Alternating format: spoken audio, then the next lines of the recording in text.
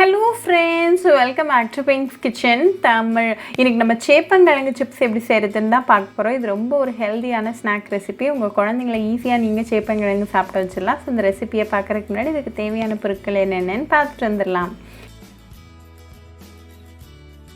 இன்னைக்கு நான் ஒரு 200 கிராம் அளவுக்கு சேப்பங்கிழங்கு எடுத்திருக்கேன்.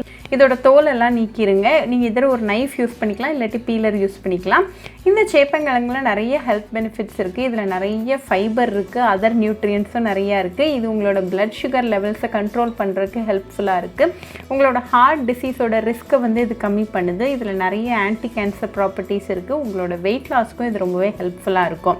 இதே மாதிரி எல்லா சேப்பங்கிழங்கோட தோலையும் நீக்கிட்டு நல்லா வாஷ் பண்ணிக்கோங்க. ஒரு 2லேருந்து 3 தடவை வாஷ் பண்ணிக்கோங்க. மண் எதுவுமே இருக்கக்கூடாது. இப்போ ஒரு நைஃப் வச்சு இந்த மாதிரி தின் ஸ்லைசஸாக கட் பண்ணிக்கோங்க.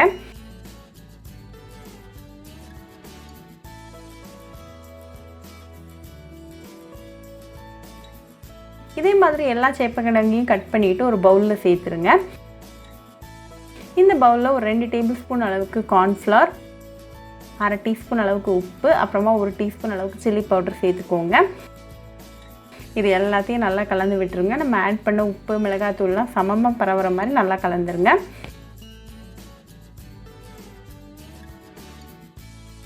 இப்போ இது ஃப்ரை பண்ணுறதுக்கு ரெடியாக இருக்குது. ஒரு கை அளவுக்கு ஸ்லைசஸ் எடுத்து அப்படியே ஹாட் ஆயிலில் சேர்த்துருங்க. இது ஒரு 2 நிமிஷம் நல்லா மீடியம் ஃப்ளேமில் ஃப்ரை ஆகட்டும்.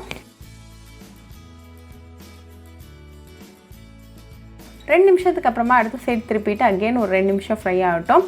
அப்பப்போ திருப்பி விட்டுக்கிட்டே இருங்க. அப்போ தான் எல்லா சைட்ஸும் ஈவனாக நல்லா ஃப்ரை ஆகும். இப்போ எல்லா சைடும் நல்லா கிறிஸ்பியாக கோல்டன் ப்ரௌனாக வந்திருக்கு. ஸோ ரிமூவ் பண்ணிடலாம். இப்போ நமக்கு டெலிஷியஸ் அண்ட் ஹெல்தியான சேப்பங்கிழங்கு சிப்ஸ் சூப்பராக ரெடி ஆயாச்சு. இது நல்லா சூடாக ஒரு கப் ஆஃப் டீ கூட சர்வ் பண்ணி உங்கள் ஃபேமிலி அண்ட் ஃப்ரெண்ட்ஸ் கூட என்ஜாய் பண்ணுங்கள். ரொம்பவே ஈஸி, குயிக் அண்ட் ஹெல்தியான ஒரு ரெசிபி. ஸோ கண்டிப்பாக இந்த சேப்பங்கிழங்கு சிப்ஸ் ரெசிபி உங்கள் வீட்டில் ட்ரை பண்ணி பாருங்கள். ட்ரை பண்ணிவிட்டு எப்படி இருந்துச்சுன்னு எனக்கு கமெண்ட்ஸில் சொல்லுங்கள். ஒரு சூப்பரான ரெசிபியோடு உங்களுக்கு பார்க்குற வரைக்கும் பாய் ஃப்ரெண்ட்ஸ். உங்களுக்கு இந்த வீடியோ பிடிச்சிருந்தா லைக் பண்ணுங்கள், ஷேர் பண்ணுங்கள், கமெண்ட் பண்ணுங்கள் அண்ட் மறக்காமல் சப்ஸ்கிரைபும் பண்ணிடுங்க. கூடவே பக்கத்தில் இருக்க பெல் ஐக்கானையும் கிளிக் பண்ணிக்கோங்க. அப்போ தான் நான் போடுற வீடியோஸ் எல்லாம் உங்கள் நோட்டிஃபிகேஷனில் வரும்.